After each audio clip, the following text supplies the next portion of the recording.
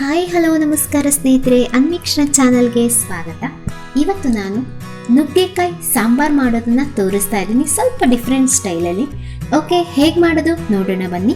ಇಲ್ಲಿ ಮೊದಲು ನಾನು 3 ನುಗ್ಗೆಕಾಯಿನ ಚೆನ್ನಾಗಿ ತೊಳೆದು ಕಟ್ ಮಾಡಿ ಇಟ್ಕೊಂಡಿದ್ದೀನಿ. ಹಾಗೆ 1/4 ಕಪ್ಪಷ್ಟು ಹೆಸರು ಬೇಳೆನ ಒಂದು 10 ನಿಮಿಷ ನೆನೆಸಿ ತೆಗೆದಿಟ್ಕೊಂಡಿದ್ದೀನಿ. ಅಂದರೆ ಚೆನ್ನಾಗಿ ಬೇಯುತ್ತೆ, ಹೆಸರು ಬೇಳೆ ಚೆನ್ನಾಗಿ ಕರಗಿ ಬೇಯುತ್ತೆ ಅನ್ನೋ ರೀಸನ್ಗೆ ಇಲ್ಲಿ ನಾನು 1/4 ಕಪ್ಪಷ್ಟು ತಗೊಂಡಿದ್ದೆ. ಅದು ಆಲ್ಮೋಸ್ಟ್ 1/2 ಕಪ್ಪಷ್ಟು ಆಗಿದೆ ನೀರಲ್ಲಿ ನೆನೆಸಿದ ಮೇಲೆ. ಓಕೆ, ಇದನ್ನು ಒಂದು ಪಾತ್ರೆಗೆ ಟ್ರಾನ್ಸ್ಫರ್ ಮಾಡ್ಕೊಳ್ಳೋಣ. ಹಾಗೆ ಇದಕ್ಕೆ ಎಷ್ಟು ರಿಕ್ವೈರ್ಡ್ ಇದೆಯೋ ಅಷ್ಟು ನೀರನ್ನು ಹಾಕಿ 3 ವಿಷಲ್ ಕುಕ್ಕರಲ್ಲಿ ಕೂಗಿಸ್ಕೋಬೇಕು. ನಾನಿಲ್ಲಿ 1/4 ಗ್ಲಾಸಷ್ಟು ನೀರನ್ನು ಹಾಕಿದ್ದೀನಿ. ಜೊತೆ ಇದಕ್ಕೆ ಸ್ವಲ್ಪ ಅರಿಶಿಣ, ಹಾಗೆ 1/4 ಟೀ ಸ್ಪೂನಷ್ಟು ಎಣ್ಣೆ, ಹಾಗೆ ರುಚಿಗೆ ತಕ್ಕಷ್ಟು ಅಂದರೆ ಹೋಳಿಗೆ ಎಷ್ಟು ಬೇಕಾಗತ್ತಲ್ಲ ಅಷ್ಟೇ ಉಪ್ಪನ್ನು ಹಾಕಿ ಕುಕ್ಕರಲ್ಲಿ 3 ವಿಷಲ್ ಕೂಗಿಸ್ಕೋಬೇಕು. ಓಕೆ ಫ್ರೆಂಡ್ಸ್, ಈಗ ಕುಕ್ಕರ್ ಕೂಗೋವರೆಗೆ ನಾವಿಲ್ಲಿ ಮಸಾಲ ರೆಡಿ ಮಾಡ್ಕೊಳ್ಳೋಣ. ಇದಕ್ಕೆ 1/4 ಕಪ್ಪಷ್ಟು ಹಸಿ ಕೊಬ್ಬರಿನ ಹಾಕ್ತಾ ಇದ್ದೀನಿ. ತೆಂಗಿನ ತುರಿ ನಾನಿಲ್ಲಿ ಸಣ್ಣ ಪೀಸ್ಗಳಾಗಿ ಕಟ್ ಮಾಡ್ಕೊಂಡಿದ್ದೀನಿ. ಹಾಗೆ ಈಗ ಇದಕ್ಕೆ ಹಸಿಮೆಣಸು, ನಿಮ್ಮ ಖಾರಕ್ಕೆ ತಕ್ಕಷ್ಟು ಹಸಿಮೆಣಸನ್ನು ತಗೊಳ್ಳಿ. ನಾನಿಲ್ಲಿ 2ರಿಂದ 3 ತಗೊಂಡಿದ್ದೀನಿ.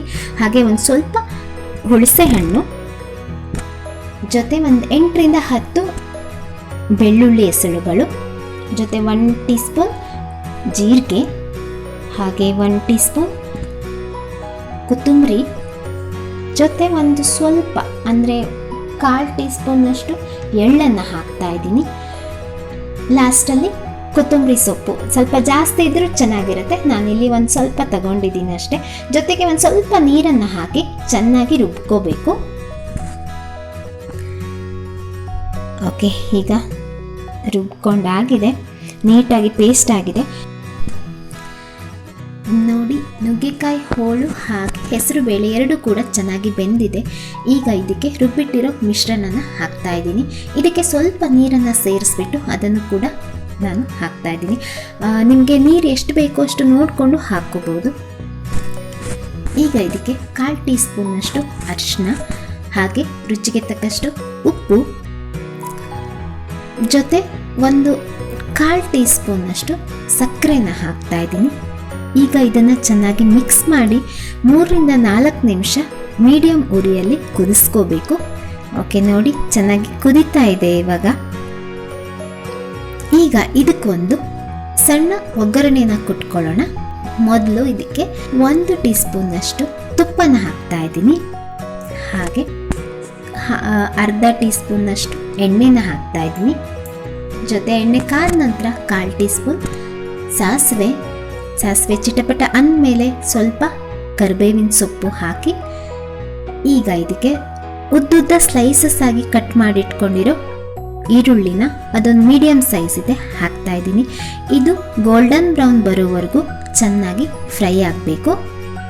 ಓಕೆ, ಇದು ಗೋಲ್ಡನ್ ಬ್ರೌನ್ ಬಂದಿದೆ. ಇವಾಗ ಸಾಂಬಾರ್ಗೆ ಇದನ್ನು ಹಾಕ್ತಾ ಇದ್ದೀನಿ. ಚೆನ್ನಾಗಿ ಘಮ ಕೂಡ ತುಂಬ ಚೆನ್ನಾಗಿ ಬರುತ್ತೆ, ಟೇಸ್ಟ್ ಕೂಡ ಹಾಗೆ ಚೆನ್ನಾಗಿದೆ. ಇದನ್ನು 1 ನಿಮಿಷ ಕುದಿಸಿದ್ರೆ ಸಾಕು.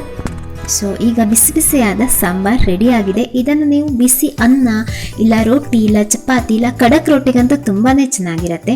ಓಕೆ ಫ್ರೆಂಡ್ಸ್, ಮನೇಲಿ ಟ್ರೈ ಮಾಡಿ ಹೇಗಿದೆ ಅಂತ ತಿಳಿಸಿ. ಜೊತೆ ಯಾರ್ಯಾರು ನಮ್ಮ ಚಾನಲ್ನ ಇನ್ನೂ ಸಬ್ಸ್ಕ್ರೈಬ್ ಆಗಿಲ್ವೋ ದಯವಿಟ್ಟು ಸಬ್ಸ್ಕ್ರೈಬ್ ಮಾಡಿ, ಸಪೋರ್ಟ್ ಮಾಡಿ. ಹಾಗೆ ಈ ವಿಡಿಯೋ ನಿಮಗೆ ಇಷ್ಟ ಆಗಿದ್ದಲ್ಲಿ ದಯವಿಟ್ಟು ಶೇರ್ ಮಾಡಿ, ಕಮೆಂಟ್ ಮಾಡಿ, ಹಾಗೆ ಲೈಕ್ ಮಾಡಿ ನಮಗೆ ಪ್ರೋತ್ಸಾಹ ನೀಡಿ. ನೆಕ್ಸ್ಟ್ ಮತ್ತೊಂದು ವಿಡಿಯೋದೊಂದಿಗೆ ಸಿಗ್ತೀನಿ. Thank you for watching. Take care.